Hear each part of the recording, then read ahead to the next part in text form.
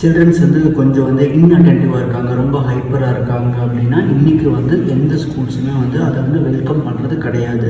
அதுக்கு இன்னொரு big reason என்ன அப்படின்னா, அந்த நீடை வந்து அவங்களால ஃபுல்ஃபில் பண்ண முடியுமா அப்படிங்கிறதும் ஒரு பெரிய கேள்வி தான். ஏன்னா எக்ஸ்பர்டைஸ் வேணும் இல்லை அதுக்கு. ஸோ அதுவும் ஒரு பெரிய காரணமாக இருக்குது.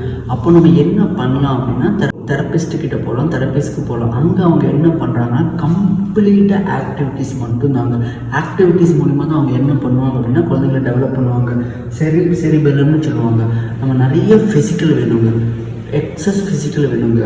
ஆனால் வந்து சர்டன் எக்ஸசைஸ் இருக்குது, அது மூலிமா நம்ம குழந்தைகளுக்கு வந்து அந்த மாதிரி ஒரு டேப்பிங்கை கொடுக்கும்போது என்ன ஆகும்னா கண்டிப்பாக அவங்களோட அட்டென்ஷன் இம்ப்ரூவ் ஆகும், ஹைப்பர் ஆக்டிவ்னஸ் குறையும்.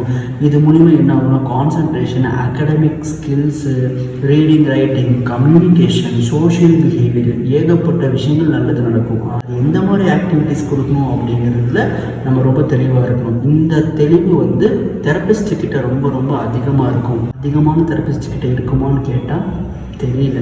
அந்த மாதிரி ஒரு கரெக்டான ஒரு தெரப்பிஸ்ட்கிட்ட நீங்கள் போய் மாட்டிக்கிட்டீங்க அப்படின்னா உங்கள் குழந்தைங்களுக்கு வந்து அவங்க ரொம்ப சப்போர்ட்டிவாக இருப்பாங்க.